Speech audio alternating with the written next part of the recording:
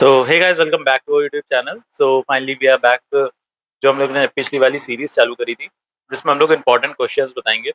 तो important questions वाली series में पहली वीडियो मैंने पब्लिक कर दिया था ताकि सबको पता चल पाए कि हाँ, मैं किस तरीके से टॉपिक वाइज सारे इंपॉर्टेंट टॉपिक्स बता रहा हूँ। आज इस वीडियो में हम लोग बात करने वाले हैं नेक्स्ट सब्जेक्ट की। पदार्थ विज्ञान हम लोग ने देख लिया था, आज हम लोग देखने वाले हैं संस्कृत के बारे में।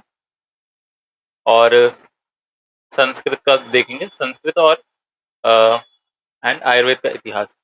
अब देखो, इसमें सिंपल सी बात है, पेपर वन होता है और पेपर टू होता है। पेपर वन जो होता है इसमें सिर्फ संस्कृत आती है और आयुर्वेद का इतिहास नहीं आता। और जो पेपर टू होता है इसमें आयुर्वेद का इतिहास प्लस संस्कृत आती है। अब आयुर्वेद का इतिहास सिर्फ 20 MCQs आते हैं। MCQs, इससे कोई लॉन्ग आंसर शॉर्ट आंसर नहीं आता। और इससे 5 नंबर के क्वेश्चन 8 आते हैं और 10 नंबर के क्वेश्चन 4 आते हैं। इसमें पूरा पेपर 20 प्लस और जो 8 क्वेश्चन है और 4 क्वेश्चन है वो सारी चीजें आती हैं। ठीक है, तो ये हो गया हमारा कि कितना पेपर आता है, कैसे आता है। अभी देखो यहाँ पे दिया हुआ है कि पेपर वन ऐसा है और पेपर टू ऐसा है। फिर यहाँ पे मार्क्स डिस्ट्रीब्यूशन है कि संस्कृत 80 मार्क्स का है और आयुर्वेद का इतिहास 20 मार्क्स का है। बाकी इधर पेपर वन में 100 मार्क्स का है। बाकी ये अपना 300 नंबर का होता है, ये जान लीजिएगा। ठीक है, बाकी चलते हैं इंपॉर्टेंट टॉपिक्स के बारे में बात करते हैं। तो देखो, सबसे पहले अगर हम लोग इसमें इंपॉर्टेंट टॉपिक्स की बात करें तो यहाँ से चालू होता है पेपर वन में। तो सबसे पहले आता है संस्कृत वर्ण परिचय। इससे 5 नंबर का आता है, सिर्फ 5 नंबर के MCQs आते हैं इससे, ये याद रखिएगा। 5 नंबर के सिर्फ MCQs आते हैं, लॉन्ग क्वेश्चन शॉर्ट क्वेश्चन नहीं आता। तो इसको उसी तरीके से पढ़ना है। जब महेश्वर सूत्र बहुत इंपॉर्टेंट आता है। ठीक है, महेश्वर सूत्र कभी आप छोड़िएगा नहीं इस पेपर में। ये उच्चारण स्थान बहुत इंपॉर्टेंट आते हैं क्योंकि MCQs आते हैं ना। उच्चारण स्थान, फिर बाह्य प्रयत्न और अभ्यंतर प्रयत्न के बारे में बात करते हैं, जो कि इनके कंपैरिजन में थोड़ा कम आता है इम्पोर्टेंट। बट हाँ, स्टिल ये 5 नंबर के MCQs बन रहे हैं ना, तो सिर्फ एक टॉपिक से तो बनाएंगे नहीं MCQs। MCQs बनाएंगे सारे टॉपिक, तो ये भी इंपॉर्टेंट आते हैं। तो सिंपल सी बात है, ये कह सकते हैं कि ये ऐसा टॉपिक है जिसको हम छोड़ नहीं सकते। बाकी इसके बाद संज्ञा आता है 5 नंबर का। ठीक है, तो इसमें भी आपको MCQs मिल जाते हैं। बाकी आपको नीचे से पता चल जाएगा, नीचे दिया होता है कि किस पेपर, मतलब किस टॉपिक से लॉन्ग आएगा शॉर्ट आएगा, कि किससे सिर्फ MCQs आएंगे। तो एक बार नीचे चल के देख लेते हैं कि चैप्टर नंबर 2 से क्या आने वाला है। ये नीचे दिया होता है, तो जनरली इस पार्ट को मिस कर देते हैं बच्चे। अभी मैं बता देता हूँ कि कहाँ पे देख सकते हैं आप ये चीज।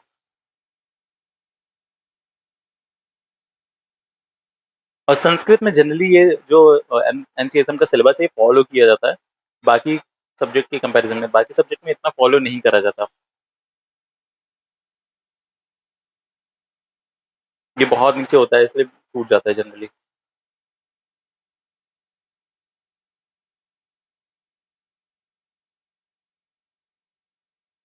ये देखो, यहाँ पे आप देख सकते हैं कि पहले पेपर से MCQs आ रहा है एक, शॉर्ट आंसर लॉन्ग आंसर नहीं आ रहा।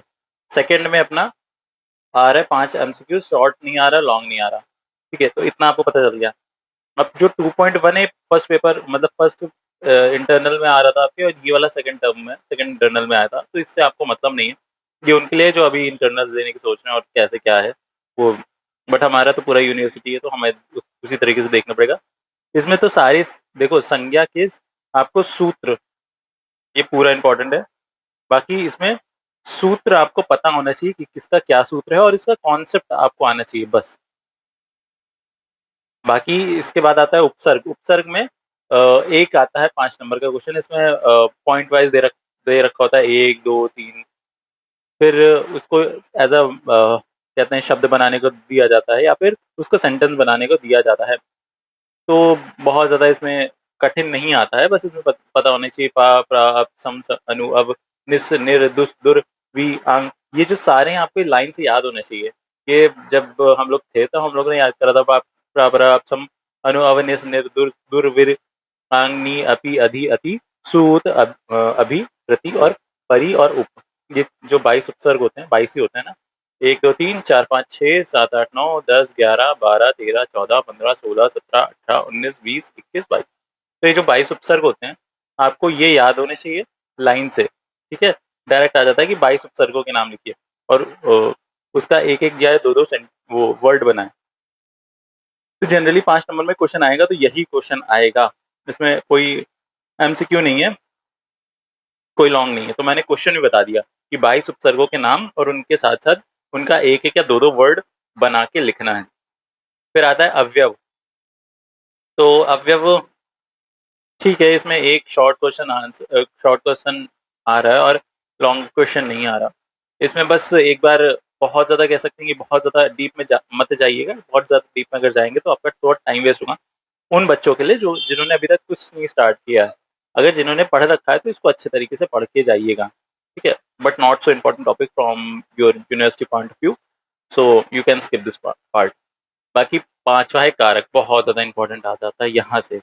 देखो इसमें एक क्वेश्चन आता है शॉर्ट में का, एक आता है लॉन्ग का और 5 नंबर का भी आता है। तो टोटल 15 नंबर का होता है। अब देख सकते हो कि कितना इम्पोर्टेंट है, ठीक है? 15 नंबर का आ रहा है। अब ये यहाँ से ऐसे मत सोच लीजिएगा कि 5 नंबर का आ रहा है इधर, ये 5 नंबर का आ रहा है इधर, ये 5 इधर ये 10 नंबर का आ रहा है तो ये 20 नंबर क्यों नहीं हुआ? देखो ऐसा भी हो सकता है कि 5 एमसीक्यूज़ पूरे-पूरे आ जाए, ऐसा भी हो सकता है कि 5 एमसीक्यूज़ पूरे ना आए। ठीक है? तो उस हिसाब से देख सकते हैं, क्या पता 5 नंबर के 2 मतलब ऐसा तो नहीं होगा कि 5 नंबर के 2 क्वेश्चन आ जाएँगे, बट ये है कि हाँ, 1 लॉन्ग दे दिया, इधर एक 5 नंबर का ये दे दिया। अगर ये नहीं दिया तो एक इधर एक 5 नंबर का ये दे दिया, तो वो बैलेंस आउट हो जाता है। ये बहुत इंपॉर्टेंट टॉपिक आता है, ये ऐसा पार्ट है जिसको आप बिल्कुल भी नहीं छोड़ सकते। One of the most important topic of Sanskrit according to your university point of view. और इसको आप जितना डीप में पढ़ सकते हैं पढ़ लीजिए। एक मैं बात बताऊँ, मेरी जो वीडियोज़ हैं और ठीक है, वो यूनिवर्सिटी पॉइंट ऑफ व्यू से मैंने उन्हीं लोगों के लिए बनाया था जिन लोगों ने पढ़ाई नहीं करी है, जिनको जस्ट पास होना है। बट जिनको और डीप में जानना है और अंदर तक घुसना है, वो आपके पासिंग मार्क्स तक का आपको रास्ता दिखा देंगे। लेकिन अगर आपको और डीप में जाना है तो आप और बुक, मतलब जो आपकी बुक है, बुक ज़रूर रेफ़र करिएगा, ठीक है? मैं ये नहीं कह रहा कि सफिशिएंट नहीं है, सफिशिएंट है, but still you can go in detail और उसके बारे में और ज़्यादा जान सकते हो।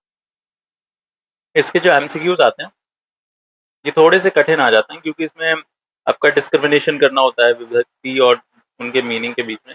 बाकी इसमें सूत्र बहुत इंपॉर्टेंट आते हैं। इसमें अगर पढ़ना है तो सूत्र आपको सारे याद होने चाहिए, कौन सा किसका सूत्र है। और कारक को, ये वाला जो चैप्टर है शब्द रूप, ठीक है? शब्द रूप और कारक मिलकर जब आप पढ़ेंगे तभी आप sentence Hindi to Sanskrit translate कर पाएँगे, ठीक है? तो इस चीज़ का ध्यान रखिएगा। इसमें जो विभक्तियाँ आती हैं वो बहुत इंपॉर्टेंट होती हैं। तो ये एक इम्पोर्टेंट टॉपिक आ जाता है, मोस्ट इम्पोर्टेंट। फिर संधि आता है। संधि भी one of the most important topic आता है, ये भी, इसको भी आप छोड़ नहीं सकते। इसमें विसर्ग संधि कम पूछी जाती है। स्टिल ऐसा नहीं है कि बिल्कुल नहीं पूछी गई है पहले, पूछी गई है, बट थोड़ा कम पूछी गई है। बाकी इधर ये जो दोनों संधि है, वो ज़्यादा पूछी गई है। समास, एक डायरेक्ट लॉन्ग क्वेश्चन यहाँ से मिल ही जाता है, तो स्कोरिंग बहुत ज़्यादा है, बहुत ज़्यादा स्कोरिंग है। यहाँ से आप ईज़िली आप बना सकते हैं, इसमें कुछ बहुत ज़्यादा डीप में नहीं होता। तो इसमें कोई दिक्कत नहीं आनी चाहिए आपको समास में। समास अच्छे से पढ़ लीजिएगा। मैं फिर बोलूँगा जो वीडियोज़ हैं, वीडियोज़ के अलावा भी आप बुक ज़रूर देखिएगा। टोटली वीडियो पे रिलाई मत करिएगा क्योंकि वो वीडियोज़ थोड़ी पुरानी हो गई हैं और तब के टाइम पे इतना रेलेवेंस नहीं रखता था, बट अब आजकल के जो पेपर आ रहे हैं वो बहुत ज़्यादा डीप में आ रहे हैं संस्कृत के। तो वो थोड़ा-सा आप देख के जाइएगा बुक को, ठीक है? बाकी ऐसा नहीं है कि वो वीडियोज़ बिल्कुल बेकार है, बहुत अच्छी वीडियोज़ हैं, बहुत शॉर्ट में, क्रिस्प में अगर आपको समझना है, आपको ये नहीं करना है कि बहुत ज़्यादा संस्कृत का ज्ञाता बनना है, तो आप वो वीडियोज़ बिल्कुल देख सकते हैं। अगर आपको चाहिए कि एकदम संस्कृत के ज्ञाता बन जाएँगे और अच्छे नंबर लाएँगे संस्कृत में, तो आप एक बार बुक से, और वैसे तो कोई भी चैनल नहीं है संस्कृत का यूट्यूब पे, तो एक बार वहाँ से समझ लीजिएगा, बाकी आप जाके बुक से एक बार अच्छे से तरीके से रीड कर लीजिएगा, आपका काम वहीं से हो जाएगा, ठीक है? शब्द रूप, शब्द रूप की अगर बात करें तो शब्द रूप इम्पोर्टेंट आता है। इसमें अगर पूछा जाए कि कौन-सा शब्द रूप इम्पोर्टेंट, बहुत सारे शब्द रूप हैं। तो देखो, इसमें आपको बस इतना पता होना चाहिए कि अकारांत का देख लीजिए, एक देख लीजिएगा, उससे सारे बन जाएँगे। यहाँ इधर राम का देख लीजिए, ठीक है? फिर आपका इम्पोर्टेंट आता है गुरु का, मुनि का, मारुत का, भिषज का, ये इम्पोर्टेंट आते हैं, ये ज़रूर देख के जाइएगा आप। फिर स्त्रीलिंग में इसमें आता है, इसमें किसी कोई भी एक देख लीजिएगा, बाकी आप सब अपने आप बना लेंगे। बला का, नदी का, अब देखो जैसे धमनी लिखा हुआ है, धमनी और नदी, तो दोनों में आखिरी में क्या है, बड़ी की मात्रा लगी हुई है ना, तो अगर आपको नदी का आएगा तो सेम वैसे धमनी का भी चलेगा, ठीक है? मात्र,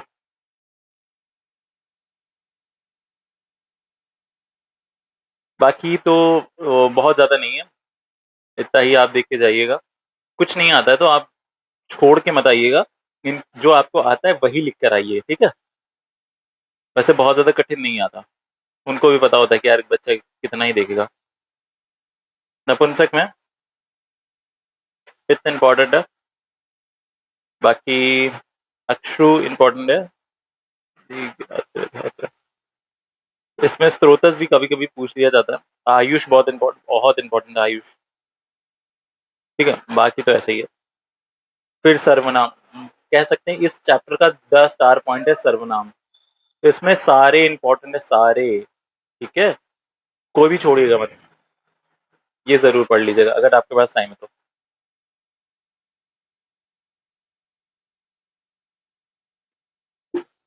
बाकी धातु रूप की बात करें तो धातु रूप में मैंने वीडियो बनाई है, बस वीडियो देख लीजिएगा, उतना में आपका काम हो जाएगा, ठीक है?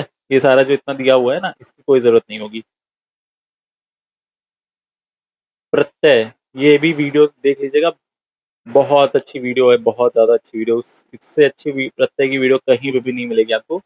वीडियो देखिए, आप कुछ भी मत पढ़िएगा इसमें, बस वीडियो देख लीजिएगा, खत्म हो जाएगा। ये हो गया फर्स्ट पेपर। फर्स्ट पेपर में सबसे ज्यादा इंपॉर्टेंट आपका आया संधि, समास, स्कोरिंग की बात कर रहा हूँ, संधि हो गया, समास हो गया, और कारक आ गया। इतना आप करके जाते हैं तो आपको पास होने से कोई नहीं रोक सकता फर्स्ट फर्स्ट पेपर में। बाकी इसके अलावा धातु रूप छोटा सा है, वो देख लीजिएगा। शब्द रूप भी एक रोज रोज एक एक याद करिए तो आपका हो जाएगा, तब तक 30 से 40 शब्द रूप आपको याद हो जाएंगे, दैट्स इनफ, ठीक है? और अगर नहीं याद आ रहा तो सिंपल एक राम का याद कर लीजिए, कुछ भी नहीं है मतलब, आने वाला है पेपर तो एक राम का इधर याद कर लीजिएगा, और उधर एक नदी का याद कर लीजिए, और उसके अलावा इधर ये सर्वनाम वाले सारे, ठीक है? सर्वनाम वाले,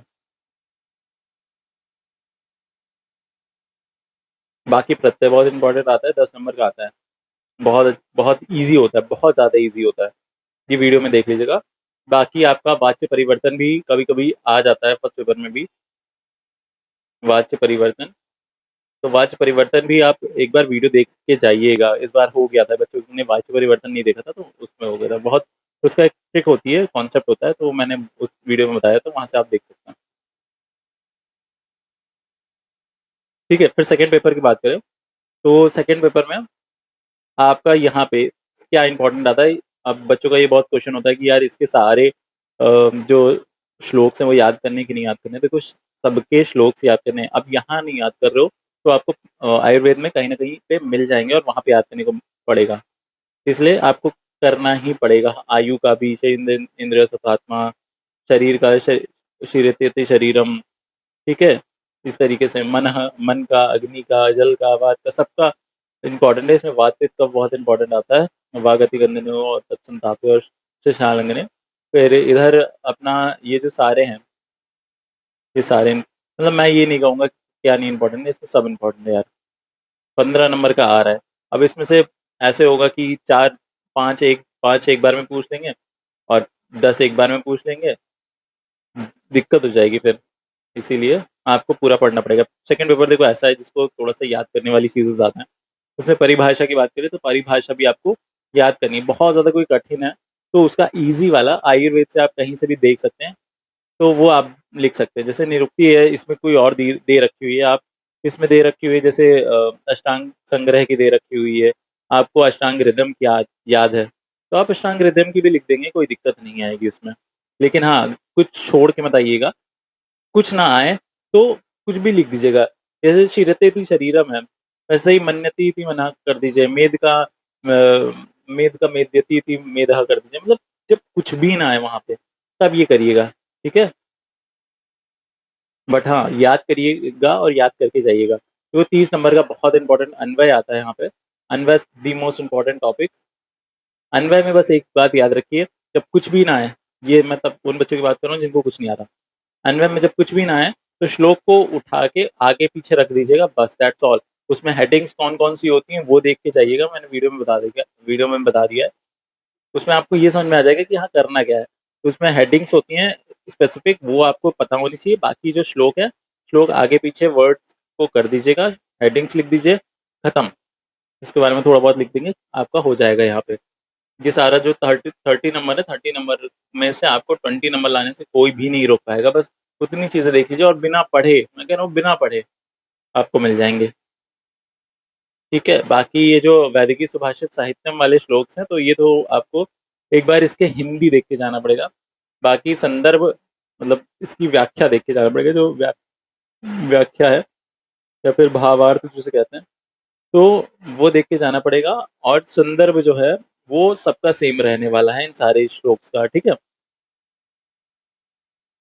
बाकी पंचतन की कहानियां अपना हिंदी में आप सुन लीजिएगा, आपका हो जाएगा। अपने भाषा में लिखना होता है, उसका जो फ्रंट पेज होता है, उसका जो पहला पन्ना होता है, उसमें 4-5 हेडिंग्स होती हैं, वो आप देख के जाइएगा, ठीक है?